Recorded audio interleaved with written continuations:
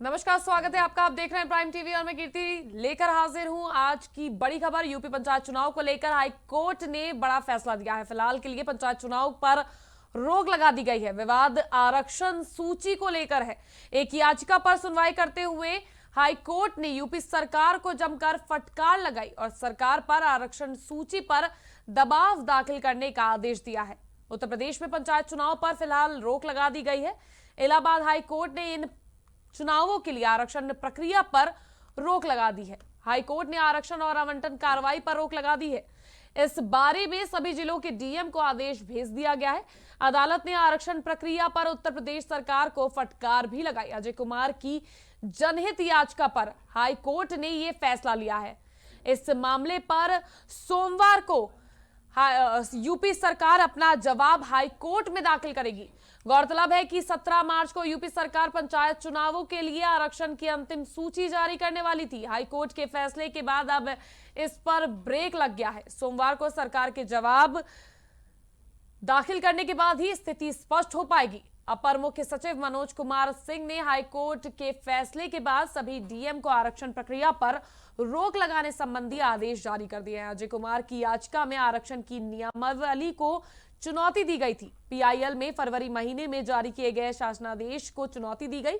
सीटों का आरक्षण साल 2015 में हुए पिछले चुनावों के आधार पर किए जाने की मांग की गई।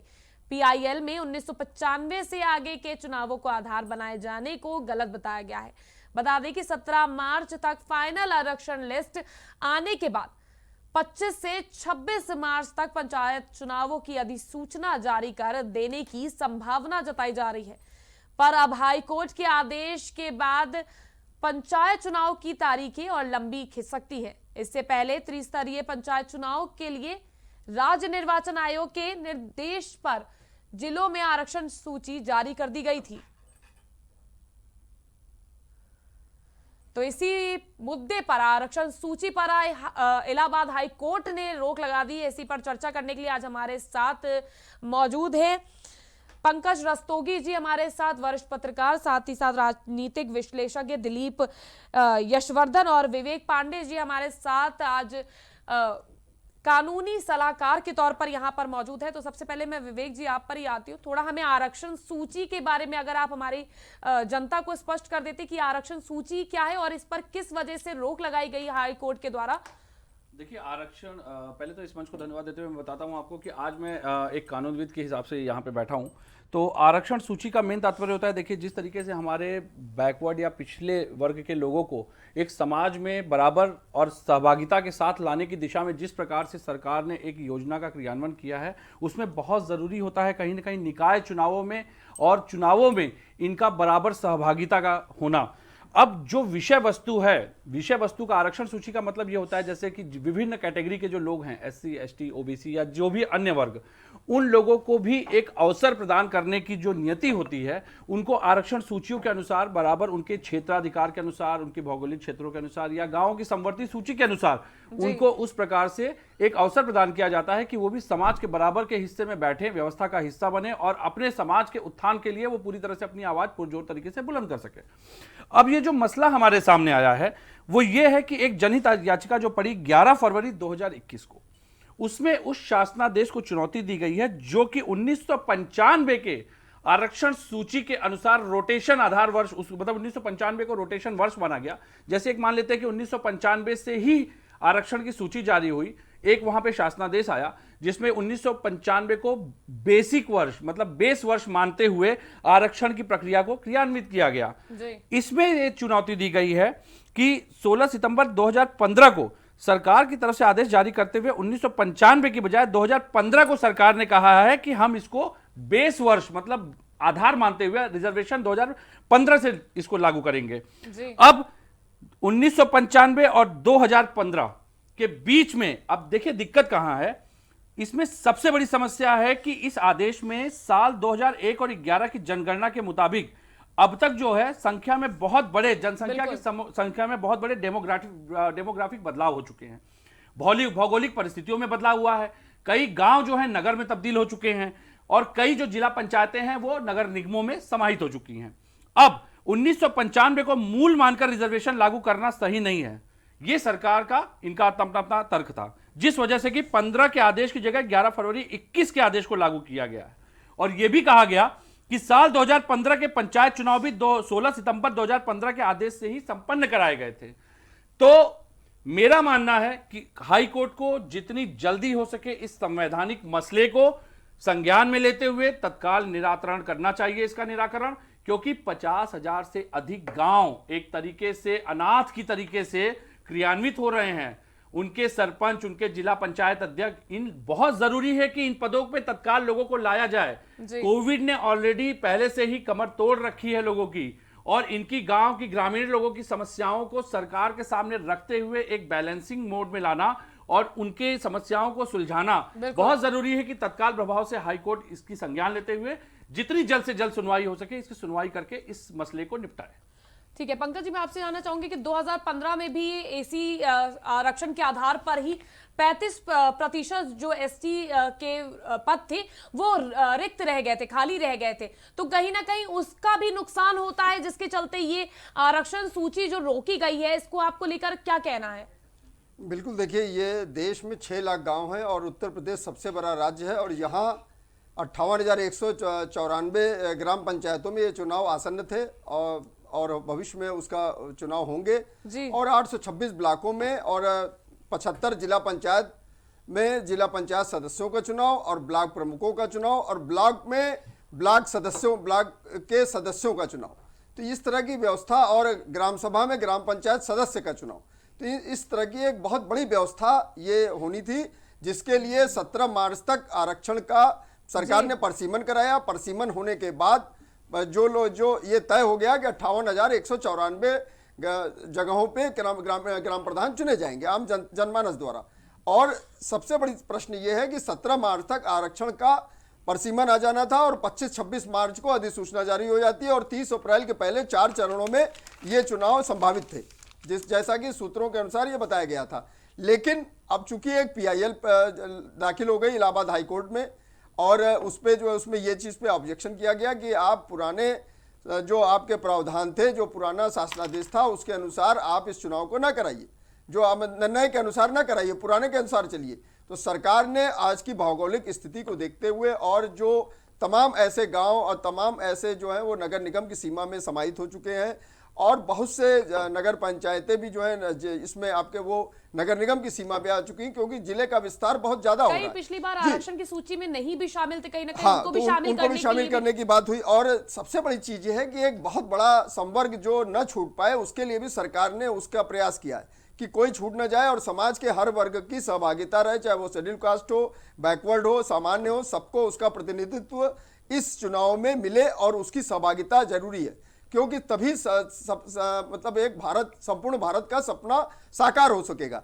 लेकिन इस बात ये जनहित याचिका में ये कहा गया है कि आप उसकी अनदेखी कर रहे हैं और जैसा कि कहा जा रहा है कि मतलब आप पुराने उसके अनुसार चल रहे हैं, नया जो आपने शासनादेश जारी किया वो आपने किस उस परिप्रेक्ष्य में जारी किया है, इसीलिए इस पे तत्काल प्रभाव से डबल बेंच ने, हाईकोर्ट की डबल बेंच ने इस पे रोक लगा दी है, जिसकी 15 मार्च को सुनवाई होनी है। और सरकार से और चुनाव आयोग से इसमें दोनों पक्षों से इसमें तथ्यात्मक आंकड़े मांगे गए हैं कि आप तथ्यात्मक आंकड़े रखिए, तब उसमें कोर्ट फैसला करेगी। लेकिन ये चूंकि संगीन मतलब ये एक आम जनमानस से और देश की 70% आबादी जो कृषि आधारित है उससे जुड़ा मुद्दा है, तो हाईकोर्ट को भी इसमें शीघ्र निर्णय लेना चाहिए। दिलीप जी भी हमारे साथ राजनीतिक विश्लेषज्ञ के तौर पर जुड़े हुए हैं। दिलीप जी, मैं आपसे जानना चाहूंगी आपके राजनीतिक समीकरण क्या कहता है कि जिस तरह से आरक्षण सूची पर हाईकोर्ट ने रोक लगाई है और उसके बाद जवाब मांगा गया है 17 मार्च को, हालांकि फाइनल आरक्षण सूची जारी होने वाली थी लेकिन उस पर रोक लग गई है, तो राजनीतिक मायने आपके क्या बताते हैं कि किस तरह का नुकसान होगा इसको लेकर आने वाले पंचायत चुनाव में? कीर्ति जी, आपने राजनीतिक दृष्टि से चीजों को पूछा है, तो मैं ये मेरा अपना पर्सनल व्यू है कि इस देश में आरक्षण को जिस उद्देश्य के साथ लागू किया गया था वो उद्देश्य तो नहीं पूरा हो रहा, लेकिन उसके पॉलिटिकल माइलेज पॉलिटिकल पार्टीज को जरूर मिल रहे हैं जी। और बलवंत राय मेहता की कमेटी 1992 में जिसकी रिपोर्ट के बेसिस पर पंचायत को कॉन्स्टिट्यूशनल स्टेटस दिया गया था, और वहां से ये कहा गया था कि पंचायतों को संवैधानिक अधिकार और संवैधानिक दर्जा प्राप्त होना बहुत जरूरी है ताकि वो भी देश के डेवलपमेंट में अपनी भागीदारी निभा सकें। और जो रिप्रेजेंटेशन ऑफ पीपल्स एक्ट है 1951 का, उसमें आर्टिकल 243D में पंचायत चुनाव में SC ST वुमेन्स को लेकर के रिजर्वेशंस के लिए प्रावधान किए गए थे। ये प्रावधान इसलिए किए गए थे कि समाज के हर तबके को इस डेमोक्रेसी में भागीदारी मिले और वो पंचायतों को, गांव को आगे लेकर के डेवलपमेंट की तरफ चले। लेकिन वो उद्देश्य कितना पूरा हो रहा है, इसको राजनीतिक पार्टियां अपने हिसाब से घुमा फिरा करती हैं। अगर मैं लीगल दृष्टि से देखूं तो 2015 में जो नोटिफिकेशन सितंबर में आया था, जिसमें आपने बेस ईयर 1995 को माना, और उसके बाद आज आपने जो नोटिफिकेशन फरवरी में किया उसमें आपने बेस ईयर चेंज करके 2011 कर दिया।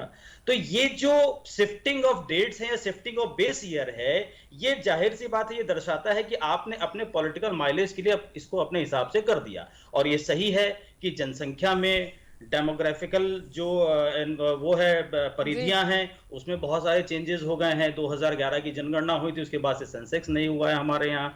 तो कुल मिलाकर के जो ये डिसीजन 11 फरवरी को लिया गया है नोटिफिकेशन के माध्यम से, वो अपने पॉलिटिकल बेनिफिट्स के लिए लिया गया है। अब आज जो ऑनरेबल हाई कोर्ट ने इस पे स्टे दिया है, वो स्टे का लीगल ग्राउंड एकदम वैलिड है, मैं इसको सपोर्ट करता हूं जी। इस पर सरकार क्या तथ्य देगी, ये सोमवार को पता चलेगा कि उसने कौन सा लीगल बेस लेकर के इसको किया था। लेकिन सरकार की इस चीज को चैलेंज हो जाने से कम एक लीगल एस्पेक्ट निकल के आएगा कि यहां पर सरकार अपनी मनमानी कर रही थी, अपने पॉलिटिकल बेनिफिट के लिए उसने ये नोटिफिकेशन अपने हिसाब से बेस ईयर को चेंज करके कर दिया था, या यहां पर वाकई में कोई लीगल या कॉन्स्टिट्यूशनल बेस है। मेरे हिसाब से तो नहीं है, बट सोमवार को सरकार क्या जवाब करती है, दाखिल करती है, उसमें उसको पता चलेगा। देखिए, सरकार को जो वास्तविक स्थिति होती है हर एरिया की, चाहे जाति को लेकर के हो, चाहे अन्य चीजों को लेकर के हो, सरकार को इंटरनली सारी चीजें पता होती हैं। तो अगर हम यहां पर यह मान लें कि सरकार को सारी वास्तु स्थिति पता थी और वो वास्तु स्थिति प्रेजेंट सरकार के फायदे में थी, तो उसने उस फायदे को देखते हुए इस तरह का नोटिफिकेशन जारी किया, जहां पर उसने रिजर्वेशंस की कैटेगरी को अपने हिसाब से चेंज कर दिया। ठीक है, लीगली ये नहीं होना चाहिए था। अगर हम नोटिफिकेशन के कंपैरिजन की बात करें, बेस ईयर के लेने की बात करें, तो नहीं होना चाहिए था। हाईकोर्ट ने जो आज स्टे दिया है वो एकदम लीगली जस्टिफाइड है। सोमवार को ये पता चलेगा कि सरकार इसमें क्या लीगल ग्राउंड लेती है, बट पॉलिटिकली ग्राउंड तो है। ठीक है पंकज जी, क्या लगता है आपको सरकार किस तरह से अपने आप को तर्क वितर्क रखेगी, साथ ही साथ पंचायत राज विभाग को भी कहीं ना कहीं झटका लगा है, जिस तरह से आरक्षण की जो उनकी सूची की जो पूरी तैयारियां थी, वो कहीं ना कहीं उनको इस बात का डर सता रहा होगा कि जो उनकी तैयारियां हैं वो धरी की धरी ना रह जाए। बिल्कुल, देखिए कई महीने से इसकी तैयारी चल रही थी और परिसीमन कराया जा रहा था। जब परिसीमन समाप्त हुआ, मतलब सभी ग्राम सभाओं का और सबका परिसीमन कराया जा रहा था, पंचायत क्षेत्रों का और सबका परिसीमन बहुत काफ़ी समय से चल रहा था, वो हो भी चुका है। लेकिन ये जिस तरह से ये इस पर रोक लगाने का काम हाईकोर्ट ने इस पर स्टे कर दिया है, तो ये कहीं ना कहीं से ये सरकार का जो बेस ईयर सरकार ने बदल दिया, उसके कारण ऐसा हुआ है। आपके 11 फरवरी 21 को सरकार ने बेस ईयर बना दिया, तो अब सवाल ये 95 के आधार को आपने बदलते हुए अगर इसको किया, तो सरकार को ये भी दिखाना पड़ेगा। सरकार ने अगर ये किया है तो सोची समझी रणनीति के तहत किया होगा। ऐसा तो है नहीं कि सरकार ने इस तरह की कोई चीज़ें थोपने का काम किया है। और इस देश में कानून सर्वोपरि है और कानून से ही सब कुछ चलता है, कानून सर्वोपरि है।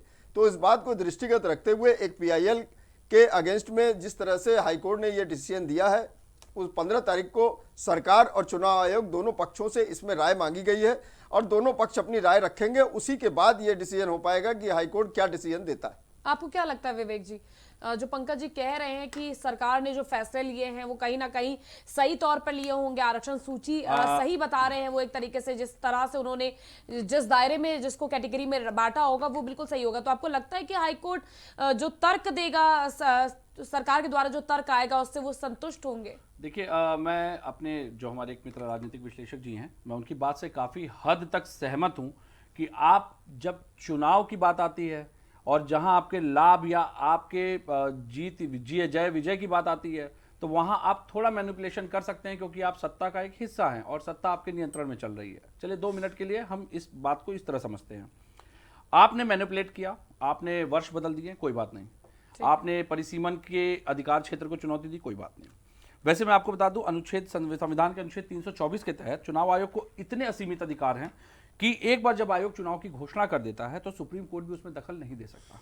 ठीक, चुनाव क्षेत्रों का परिसीमन भी चुनाव आयोग का ही अधिकार है। आरक्षण आवंटन चुनाव चिन्ह अध्यादेश 1968 के तहत असीमित अधिकार जो है चुनाव आयोग के पास हैं। मेरी समझ यहां थोड़ी सी डिस्टर्ब होती है, जो समझने वाली बात है। इसी चुनावों को लेकर के सुप्रीम कोर्ट की एक पीठ ने यह भी आदेश दिया था कि आपको अपने जितने भी प्रतिनिधि हैं उनका आपराधिक ब्यौरा आपकी वेबसाइट पे, लोकल समाचार क्षेत्रों में, प्रकाशन में, प्रिंट मीडिया में, हर जगह प्रकाशित करना होगा।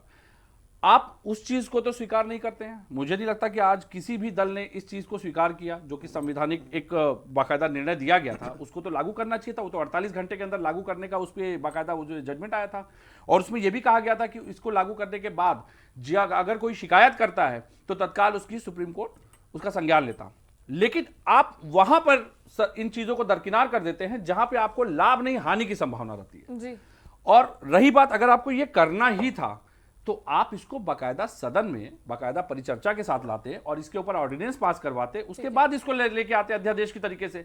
लेकिन आपने क्या किया, ये तो वही बात हो गई ना कि जैसे एक 3 किसान कानून पे जिस तरीके से आज एक बवाल मचा हुआ है कि उसकी जो एक संवैधानिक प्रक्रिया उसका अनुपालन नहीं किया गया।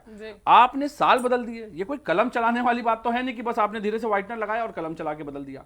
भाई एक संवैधानिक प्रक्रिया दी गई है, उस प्रक्रिया के तहत आप आते तो शायद ये आज PIL नहीं फाइल होती। ठीक है दिलीप जी, आपको क्या लगता है कि क्या सरकार ने तमाम जो दावे अभी जो जिस तरह से विवेक जी कह रहे थे उनके दायरे में आकर अगर वो चीज की होती और सालों को बदला होता तो शायद तक आज ये PIL फाइल नहीं होती और उसी अकॉर्डिंग चुनाव हो रहा होता जिस तरह से आरक्षण सूची जारी करने की बात 17 तारीख को की जा रही है? कीर्ति जी, ये सरकार की संवैधानिक जिम्मेदारी भी है कि वो जो कुछ भी करती है। देखिए, प्रजातंत्र में सरकार इसलिए बनाई जाती है कि वो प्रजा का ख्याल रखे, कि प्रजा के तंत्र को कानूनी दायरे में वास्तविक रूप देगी, मूर्त रूप देगी। तो वहां पर अगर सरकार की संवैधानिक जिम्मेदारी कि जब भी आप किसी चीज को लागू करते हैं वो लागू कानून के तहत तो होगा, लेकिन वो कानून कभी भी सामाजिक सिद्धांतों के परे नहीं होना चाहिए जी। तो यहां पर अगर कोई चीज राजनीतिक दृष्टि से करी जा रही है, देखिए यहां पर बेस ईयर का चेंज कर देना अपेरेंटली प्राइमा फेसिया बिल्कुल यही बात दर्शाता है कि यहां पर कोई लीगल, लॉजिकल और सामाजिक सिद्धांत लागू नहीं हो रहा है, कोई उसका बेस नहीं है। सिर्फ आपका पॉलिटिकल बेस है, आपका पॉलिटिकल माइलेज है और आपकी इंटरनल गणित ने यह बताया होगा या आपके इंटरनल सोर्सेज ने यह बताया होगा कि इस तरीके से अगर रिजर्वेशंस की पॉलिसी को लागू कर दिया जाए, चेंज कर दिया जाए, तो इस चुनाव में हमको ज्यादा से ज्यादा फायदा हो सकता है, या अपने कैंडिडेट्स को ज्यादा से ज्यादा लाभ पहुंचाया जा सकता है, या अपने लोगों को ज्यादा से ज्यादा ऑब्लाइज किया जा सकता है। ये कोई इसमें दो राय नहीं है कि इस तरह का उद्देश्य लेकर के ही ये जो बेस ईयर में चेंज करने की बात करी गई है ये की गई होगी। अगर ये लॉजिकल होता, लीगल होता, पब्लिक डोमेन से रिलेटेड होता तो पब्लिक डोमेन में आता और संसद में बहस होती। दिलीप जी, हाईकोर्ट के फैसले के बाद क्या जिस तरह से रोक लगाई गई है और इस पर सवाल उठाए गए हैं, जवाब मांगा गया है, तो क्या लगता है आपको फेरबदल सरकार करेगी इस पर? नहीं, सरकार देखिए जाहिर सी बात है, हाईकोर्ट ने जवाब मांगा है, सरकार के अपने गवर्नमेंट वकील होते हैं, वो उसका जवाब तो जरूर देंगे और कोई ना कोई रीजन भी देंगे। अब उस रीजन को कॉन्स्टिट्यूशनल डोमेन में हाईकोर्ट एक्सेप्ट करता है कि नहीं ये करता है, ये ऑनरेबल हाईकोर्ट का ज्यूरिडिक्शन है। लेकिन इस इससे पर जो मैं कोई पंचायत कमेंट नहीं चुनाव दे में फिर सकता और जो लंबी प्रक्रिया खींचेगी, जिस तरह से पंचायत चुनाव 20-25 तक में होने वाले थे, उसके बाद तमाम चीजें जो लाइनअप थी उसको भी देरी होगी।